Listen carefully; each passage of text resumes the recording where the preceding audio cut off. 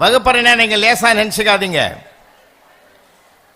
புனே அப்படி மிகப்பெரிய டவுன், ஒரு ஊர், தொழிற்சாலைகள் நிரம்பிய ஊர் அது, நார்த் இந்தியாவில். Pune board high school. அந்த புனே போர்டு ஹைஸ்கூலில் 7th standard class room, second period. ஆசிரியர் உள்ளே போறார். ஜன்னல் வழியா ஒரு வாழைப்பழத்தோல் வெளியில் விழுது. ஓரக்கண்ணால பார்த்துட்டு உள்ள போன ஆசிரியர் யாரா போட்டதுன்னார். அவர் கேட்கறது அவர் தர்மம், சொல்லாம அமைதியா இருக்கிறது குழந்தைங்க தர்மம். நிசப்தமா தான் இந்திய தேசிய ஒருமைப்பாட்டையே நீங்க அங்க பார்க்கலாம். அவ்வளோ பின் ட்ராப் சைலண்ட். போட்டவன் இன்னும் தெளிவாக்குறான். வாத்தியாருக்கு டென்ஷன் ஆயிட்டார். எல்லாம் பெஞ்ச்மேன் இல்லை, மலமலன்னு 39 பேர் ஏறி நின்றுட்டான். ஒருத்த மட்டும் உட்காந்துருந்தான். உட்காந்து இருக்கிறவனை பார்த்து வாத்தியார் கேட்டார், நான் சொல்றது காதல விடலையா? விழுது சார். பின்ன ஏன் எந்திரிக்கல? சார், நான் இந்த தப்பை நான் பண்ணலை. செய்யாத தவறுக்கு தண்டனை ஏன் நான் அனுபவிக்க வேண்டும்? எதிர்த்தா பேசுகிறாய்? சத்தியத்தை பேசுகிறேன் ஐயா. ஓ, சத்தியவானோ? அப்ப யார் போட்டது சொல்லு. காட்டி கொடுப்பதை ஒருபோதும் இந்திய இளைஞன் செய்ய மாட்டான் ஐயா. இப்போ மனசாட்சியோட பேசுகிறேன். கெட் அவுட் பைய தூக்கின்னு வெளியே போட்டான்.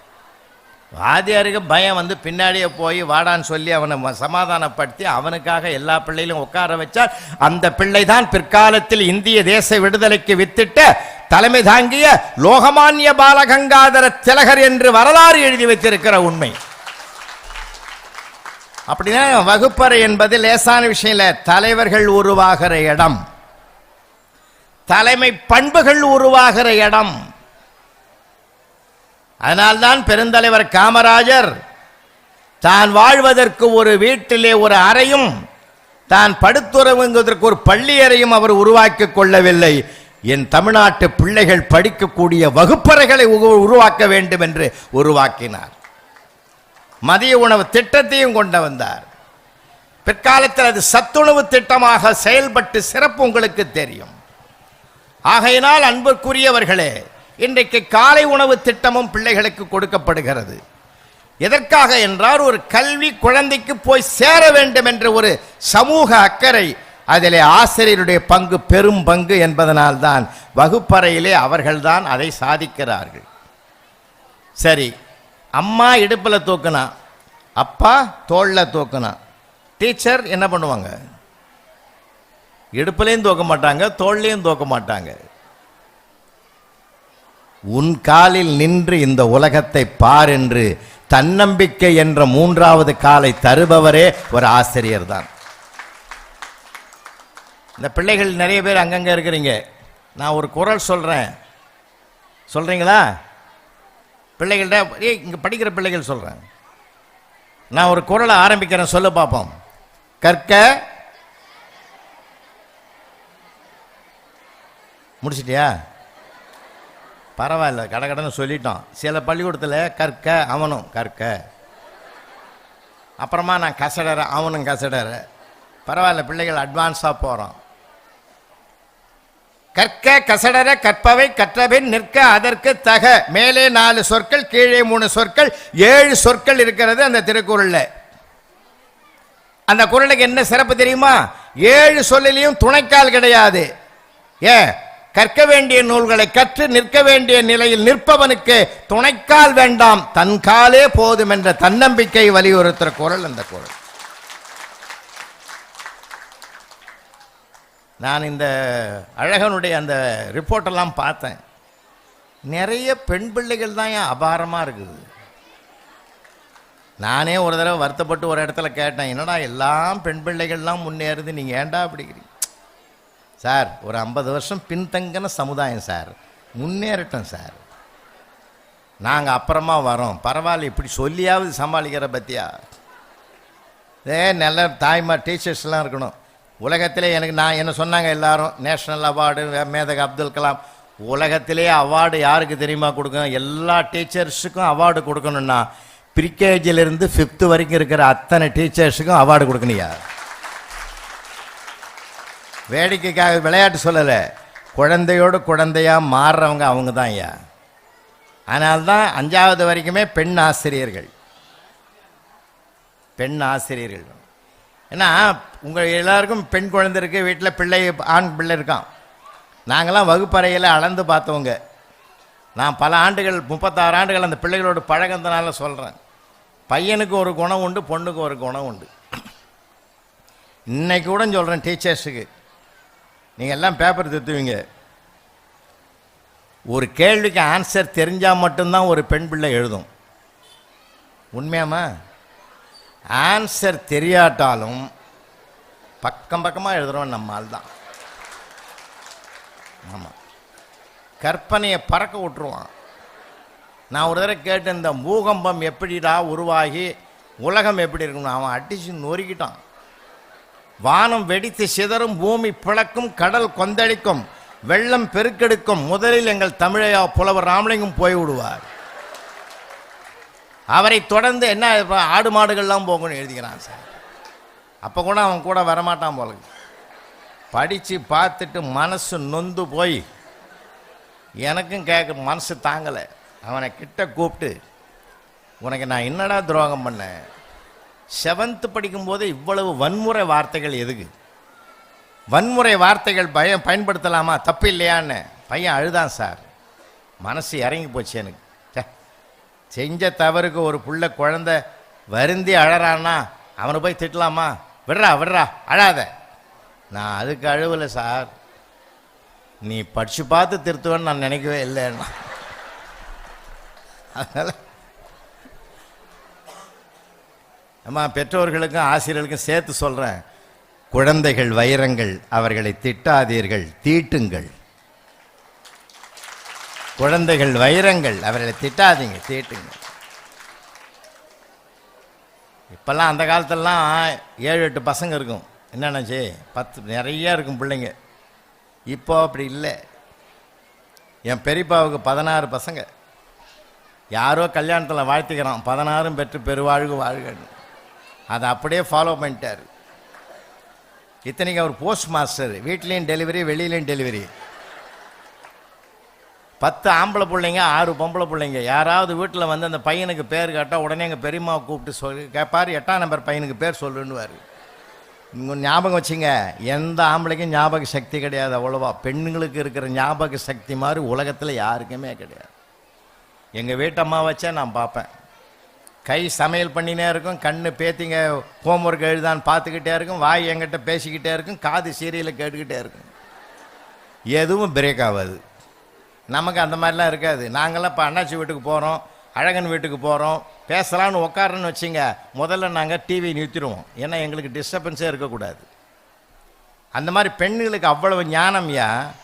ஒரு விஷயத்தை சொல்லட்டுமா, நான் 120 ஆண்டுகளுக்கு முன்பு அமெரிக்காவில் 8 அடுக்கு மாடிக்கு அப்போல்லாம் ஓட்டிஸ் அப்படின்னு ஒரு லிஃப்ட்டு, அந்த லிஃப்ட்டுக்கு பேர் ஓட்டிஸ். அதுக்கு ஏன் பேர் தெரியுமா ஓட்டிஸ்னு? அந்த கம்பெனி ஓனர் பேர் ஓட்டிஸ். அதையே அவர் லிஃப்ட்டுக்கு பேர் வச்சிட்டார். 8 மாடிக்கு அது போகிறதுக்குள்ள கிட்டத்தட்ட அது ரொம்ப ஸ்லோவாக போகும். 8வது மாடிக்கு 2-3 நிமிஷம் ஆகி போகுது. 3 நிமிஷம் ஆகிறதுனால என்ன பண்ணாங்க, நிறைய பேருக்கு இந்த பேசஞ்சர் இதில் பயணம் பண்ணுறவங்களுக்கெல்லாம் வெறுப்பாகி போய் ரிப்போர்ட் பண்ணிட்டாங்க. ஆனால் ஓட்டிஸ் கொஞ்சம் கஷ்டத்தில் இருக்கிறார், வருமானம் குறைவில் இருக்கார். இன்ஜினை மாற்றுற அளவுக்கு அவருக்கு வசதி இல்லை. அப்போது என்ன பண்ணலான்னு கவலையில் இருந்தபோது அவருடைய மனைவி, பாருங்க, ஒரு மனைவியினுடைய சொல்லுக்கு மதிப்பு கொடுக்கணுன்றது அந்த வரலாறு. அவருடைய மனைவி சொன்னாங்க, ஏன் கவலையாக இருக்கிறீங்க? இப்போ அழகனுடைய வெற்றிக்கு யார் காரணம்னு நினைக்கிறீங்க? நம்ம சுதா தான் காரணம் இல்லையா? அவங்க நல்லாவே கேட்டுருங்க, உண்மை அது. அப்போ அந்த மனைவி சொன்னாங்க ஒரே ஒரு ஆலோசனை, ஏங்க ரொம்ப கவலையாக இருக்கீங்க, என்ன விஷயம்? இந்த மாதிரி இன்ஜின் மாற்றணும்னு முடியல என்னால். ஒன்றும் மாற்ற வேணாம், சாதாரணமாக ஒரு நிலை கண்ணாடியை வாங்கி போய் உள்ள ஓட்டிஸு அந்த உள்ளக்குள்ளே வைங்க. ஒரு நிலை கண்ணாடியை கொண்டு போய் உள்ளே ஃபிக்ஸ் பண்ணுங்க, பாருங்க நடக்கிறதுன்னு. அதே மாதிரி அந்த மனுஷன் ஒரு கண்ணாடியை கொண்டு போய் ஒரு 200 ரூபாய் செலவு பண்ணி ஒரு கண்ணாடியை உள்ளே வச்சிட்டான் சார். அதில் பயணம் பண்ணவங்க எல்லாருமே அது ஸ்லோவாக போகுதா ஸ்பீடாக போகுதான்னே பார்க்கல. மனிதனுடைய இயல்பு இல்லையா அது. அப்படியே அந்த கண்ணாடியை பார்த்து ஹேண்ட்பேக்லேருந்து சீப்பை எடுத்து பவுடரை எடுத்து சரி பண்ணிக்கின்னு அதுவும் தன்னை அழகை சரிப்படுத்திக்கின்னு போகிறதுக்கு வசதியாக இருந்ததுனால லிஃப்ட்டில் ஒன்றுமே பிரச்சனை இல்லை, இப்போ நல்லா போகுதுன்னு நான் எல்லாருமே. ஒரு சின்ன விஷயந்தான் சார் மிகப்பெரிய வெற்றிக்கு காரணமாக இருக்கும் இல்லைங்களா? அதனால தான் நான் மீண்டும் மீண்டும் வலியுறுத்தி சொல்கிறேன், பிள்ளைகள் வைரங்கள், குழந்தைகள் ரொம்ப ஒரு நல்ல பிள்ளைங்க. நம்ம பிள்ளைங்க நம்மக்கிட்ட தான் நாம் தான் வளர்க்கணும். சமுதாயம் சில சமயங்களில் கெடுதலுக்கு அழைத்து போனாலும் அவனை நிறுத்த வேண்டிய பொறுப்பு ஆசிரியருக்கும் தாய்க்கும் தந்தைக்குமான நமக்கு தான் இருக்கு. கெட்டு போயிட்டான்னு பின்னாடி நம்ம அதாவது வருத்தப்படுவதை விட அதை தடுத்து நிறுத்துவதில் நம்ம அக்கறையாக இருக்கணும். இன்னும் ஒரு சிறப்பான செய்தி உங்களுக்கு சொல்கிறேன். கம்பேர் பண்ணாதீங்கம்மா தயவு செஞ்சு. உங்கள் தாய்மார்கள் அத்தனை பேருக்கு கேட்குறேன், உன் சித்தப்பா விட்டு பையனை பாரு, உன் அத்தை பொண்ணை பாரு, என்னமா மார்க்கு வாங்குது, நீயும் வந்து அவன் நம்மளை ஒரு மாதிரியாக பார்க்குறான். நானாக இங்கே பிறக்கணும்னு கேட்டேன், அது ஏன் தப்பான்ற மாதிரி இருக்கும்.